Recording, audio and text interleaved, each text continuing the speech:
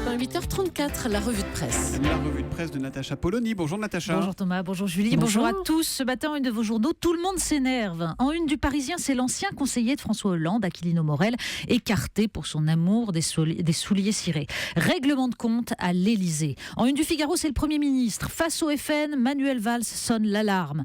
L'Opinion, Sarkozy, la face cachée des 100 jours. Et puis, il y a des énervements plus profonds, plus essentiels. Libération, la purge qui menace l'hôpital.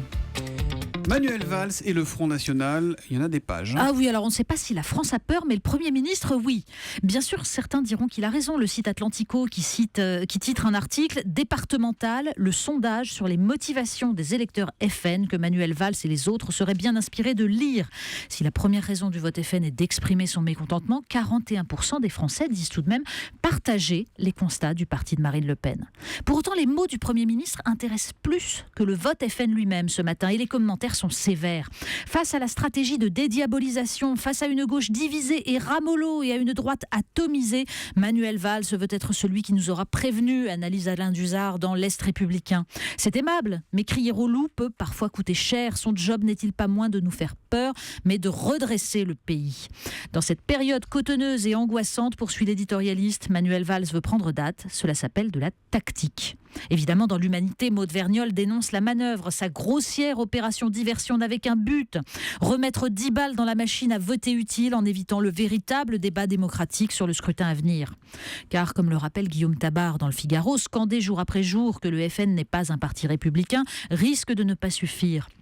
Le jour où l'inspirateur du discours du Bourget, Aquilino Morel, dénonce son éviction de l'Élysée par le camp hollandiste, entendez celui qui incarne la véritable orientation de François Hollande, une orientation libérale, eh bien les mots de Manuel Valls, comme l'écrit Dominique Garot dans La Charente Libre, auront du mal à convaincre un électorat de gauche qui se souvient des engagements initiaux de François Hollande. C'est le régime de sécurité sociale méconnu, mais qui fait beaucoup de mécontents, le RSI. Oui, et il est en une de la Croix. Les petits patrons inquiets pour leur sécu. Alors ils manifestent aujourd'hui contre ce qui est devenu en fait le symbole d'un système kafkaïen dont les dysfonctionnements se soldent toujours par des demandes de paiement pharaoniques. Pas de hasard, un article du Monde raconte comment le Front National se positionne sur le sujet, aux grandes dames des élus de droite qui travaillent depuis longtemps sur les incohérences de la sécu des indépendants. Alors dans le Figaro, on trouve une tribune signée Bruno Le Maire et Julien Aubert, et une autre signée Nicolas Dupont-Aignan. Le président de Debout la République rappelle que le RSI n'est qu'une des dimensions de la crise qui frappe les PME et les artisans, parmi les travailleurs détachés, l'inégalité par rapport aux grands groupes ou l'extension dramatique de la grande distribution. La colère et le désespoir sont mauvais conseillers. Alors on lira dans les Échos cet article sur la fin des quotas laitiers qui doit intervenir dans 3 semaines seulement. Un risque de bouleversement majeur du paysage français, quand certains ne voient comme solution qu'une production agricole industrielle et l'abandon des spécificités locales. Mais de tout cela, le Premier ministre se soucie-t-il vraiment ? Une chaîne d'infos dont on parle peu, à présent c'est France 24. Oui, c'est un intéressant article dans Le Parisien, une page sur le succès de France 24, vous savez, conçue pour porter la voix de la France dans le monde, et notamment sa chaîne arabophone qui devance parfois Al Jazeera sur le territoire français. Intéressant parce qu'on comprend par les témoignages de ces immigrés parents d'enfants français ce qu'implique le développement des chaînes satellitaires. Nabila et Nasser qui regardent Al Jazeera parce que, disent-ils, il y a une certaine censure à la télévision française sur le conflit israélo-palestinien. Ou ceux qui se disent, en fonction du nom du journaliste, que telle ou telle chaîne est tenue par les juifs. Et puis Samia et Noureddine qui jugent au contraire qu'il n'y a pas de différence. Et dont la fille, d'ailleurs, préfère regarder les mêmes chaînes que ses copines. Une chaîne de télévision, c'est une vision du monde. Quand elle n'est plus partagée, que reste-t-il de la communauté nationale ? Une question à présent, Platane, les garder ou pas ? Mais oui, ça c'est aussi dans Le Parisien qu'on trouve un petit article sur un débat minuscule et essentiel. Faut-il abattre les platanes au bord des routes ? Le Conseil national de la sécurité routière veut les supprimer au motif qu'ils seraient responsables de 300 morts par an. Des collectifs secrets font circuler des pétitions et rappellent qu'ils aident au contraire à voir arriver les virages, à percevoir la vitesse au point que la Grande-Bretagne envisage de les développer.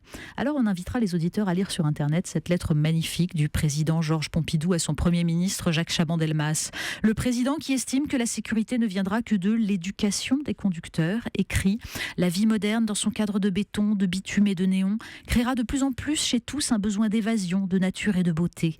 Les routes autres que l'autoroute seront alors un itinéraire que l'on emprunte sans se hâter et en profitant pour voir la France. » Et donc il appelle à en préserver la beauté. C'est beau un président comme ça.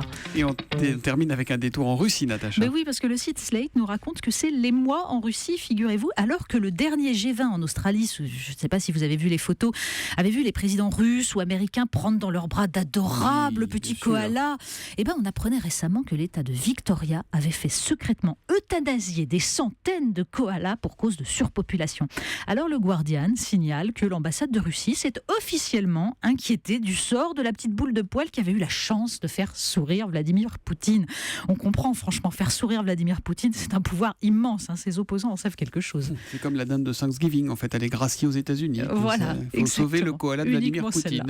La revue de presse de Natacha Polony, c'est tous les matins à 8h30 sur Europe 1. À demain, Natacha. À demain.